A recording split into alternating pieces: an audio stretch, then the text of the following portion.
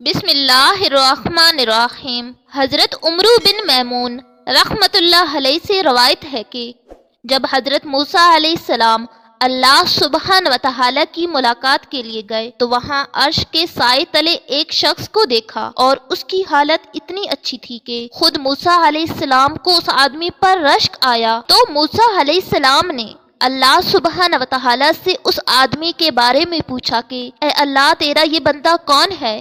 اللہ سبحانہ و تعالی نے فرمایا، یہ شخص 3 کام کرتا تھا۔ جو چیزیں میں نے اپنے فضل و کرم سے لوگوں کو نعمتیں عطا کی ہیں ان پر حسد نہیں کرتا تھا، والدین کی نافرمانی نہیں کرتا تھا، چغل خوری نہیں کرتا تھا۔ حضور اقدس صلی اللہ علیہ وآلہ وسلم نے فرمایا، جو شخص یہ چاہتا ہے کہ اللہ اس کی عمر دراز کر دے اور رزق میں اضافہ فرمائے تو اسے چاہیے کہ وہ یہ کام کرے۔ بسم اللہ الرحمن الرحیم۔ اللہ رب العزت نے انسانوں کو مختلف رشتوں میں پرویا ہے۔ ان میں سے کسی کو باپ بنایا ہے تو کسی کو ماں کا درجہ دیا ہے، اور کسی کو بیٹا بنایا ہے تو کسی کو بیٹی کی نسبت عطا کی ہے۔ غرض رشتے بنانے کے بعد اللہ سبحانہ و تعالی نے ان کے حقوق مقرر فرمائے ہیں۔ ان حقوق میں سے ہر ایک کا ادا کرنا ضروری ہے، لیکن والدین کے حق کو اللہ رب العزت نے قرآن کریم میں اپنی بندگی اور اطاعت کے فوراً بعد ذکر فرمایا ہے۔ یہ اس بات کی طرف اشارہ ہے کہ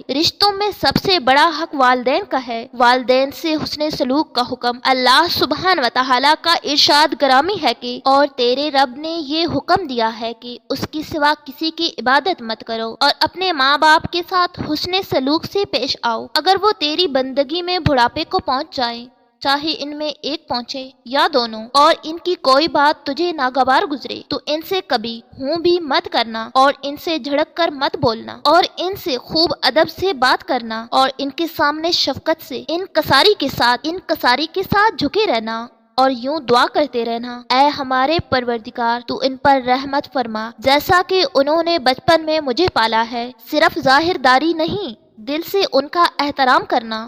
تمہارا رب تمہارے دل کی بات خوب جانتا ہے، اور اگر تم سعادت مند ہو تو وہ توبہ کرنے والے کی خطائیں بکثرت معاف کرنے والا ہے۔ اس آیت کریمہ میں اللہ سبحانہ و تعالی نے سب سے پہلے اپنی بندگی و اطاعت کا حکم ارشاد فرمایا ہے کہ میرے علاوہ کسی اور کی بندگی ہرگز مت کرنا۔ اس کے بعد فرمایا کہ اپنے والدین کے ساتھ حسن سلوک سے پیش آؤ۔ اولاد کو یہ سوچنا چاہیے کہ والدین نہ صرف میرے وجود کا سبب ہیں بلکہ آج میں جو کچھ ہوں انہی کی برکت سے ہوں۔ والدین ہی ہیں جو اولاد کی خاطر نہ صرف ہر طرح کی تکلیف، دکھ اور مشقت کو برداشت کرتے ہیں بلکہ بسا اوقات اپنا آرام و راحت، اپنی خوشی و خواہش کو بھی اولاد کی خاطر قربان کرتے ہیں۔ ماں کا مجاہدہ، سب سے زیادہ محنت و مشقت اور تکلیف ماں برداشت کرتی ہے۔ اللہ سبحانہ و تعالی کا ارشاد ہے، اس ماں نے تکلیف جھیل کر اسے پیٹ میں رکھا اور تکلیف برداشت کر کے اسے جنا۔ حمل کے 9 ماہ کی تکلیف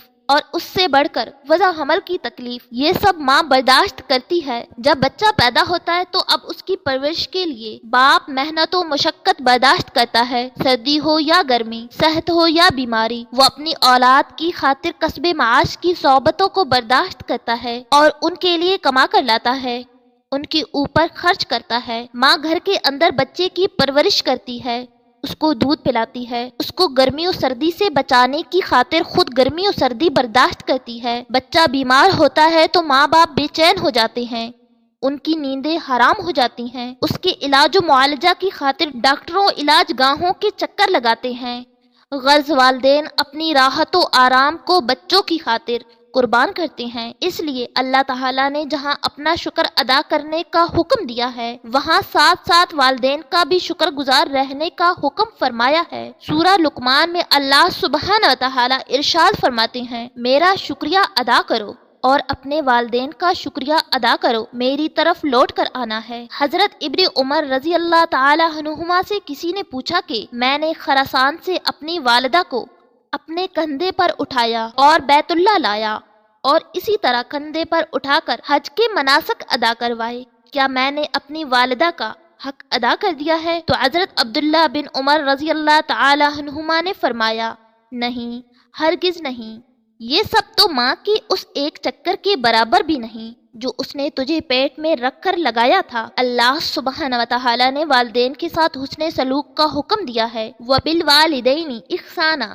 یعنی ان کے ساتھ انتہائی توجہ و انکساری اور اکرام و احترام کے ساتھ پیش آئیں، بے ادبی نہ کریں، تکبر نہ کریں، ہر حال میں ان کی اطاعت کریں، اور یہ کہ وہ اللہ کی نافرمانی کا حکم دیں تو پھر ان کی اطاعت جائز نہیں۔ قرآن پاک میں اللہ رب العزت کا ارشاد گرامی ہے، ہم نے انسان کو اس کے ماں باپ کے ساتھ نیک سلوک کرنے کا حکم دیا ہے، اور ساتھ یہ بھی بتا دیا ہے کہ اگر وہ تجھ پر اس بات کا زور ڈالیں کہ تو ایسی چیز کو میرے ساتھ شریک ٹھہرائے جس کے معبود ہونے کی کوئی دلیل تیرے پاس نہ ہو، تو ان کا کہنا مت ماننا۔ حضرت حسن رضی اللہ عنہ سے کسی نے دریافت کیا کہ ماں باپ کے ساتھ حسن سلوک کس طرح کیا جائے، تو انہوں نے فرمایا تو ان پر اپنا مال خرچ کر اور وہ تجھے جو حکم دے اس کی تعمیل کر، ہاں اگر گناہ کا حکم دے تو مت مان۔ حضرت ابن عباس رضی اللہ تعالی عنہما نے فرمایا کہ والدین کے ساتھ حسن سلوک میں سے یہ بھی ہے کہ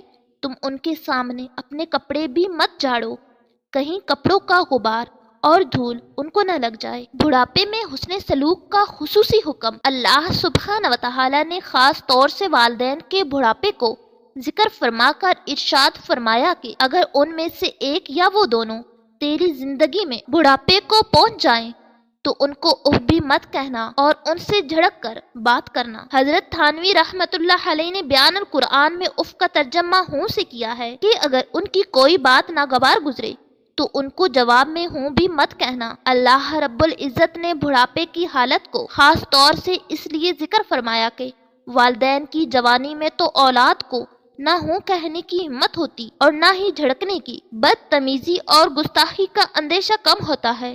البتہ بڑھاپے میں والدین جب ضعیف ہو جاتے ہیں اور اولاد کے محتاج ہوتے ہیں تو اس وقت اس کا زیادہ اندیشہ رہتا ہے۔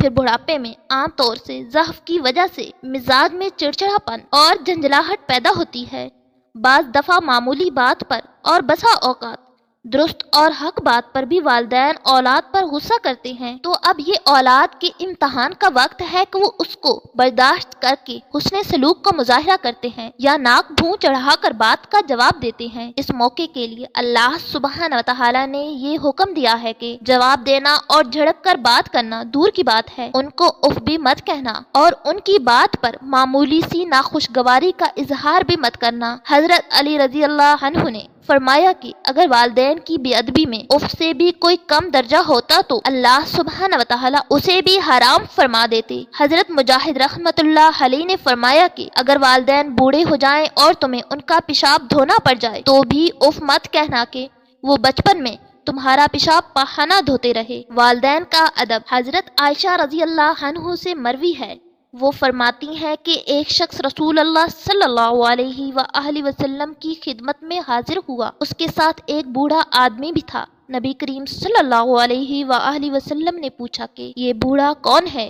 اس شخص نے جواب میں کہا کہ یہ میرا باپ ہے۔ آپ صلی اللہ علیہ وآلہ وسلم نے فرمایا ان کے آگے مت چلنا، مجلس میں ان سے پہلے مت بیٹھنا، ان کا نام لے کر مت پکارنا، ان کو گالی مت دینا۔ بڑھاپے میں جب والدین کی کوئی بات ناخوشگوار گزرے تو ان سے کیسے گفتگو کی جائے، اس کے بارے میں اللہ سبحانہ و تعالی نے فرمایا، یعنی ان سے خوب ادب سے بات کرنا، اچھی بات کرنا، لب و لہجہ میں نرمی اور الفاظ میں توقیر و تکریم کا خاص خیال رکھنا۔ آگے فرمایا یعنی ان کے سامنے شفقت کے ساتھ انکساری سے جھکتے رہنا۔ حضرت عروہ رحمت اللہ علیہ سے کسی نے پوچھا کہ اللہ نے قرآن میں والدین کے سامنے جھکے رہنے کا حکم دیا ہے، اس کا کیا مطلب ہے؟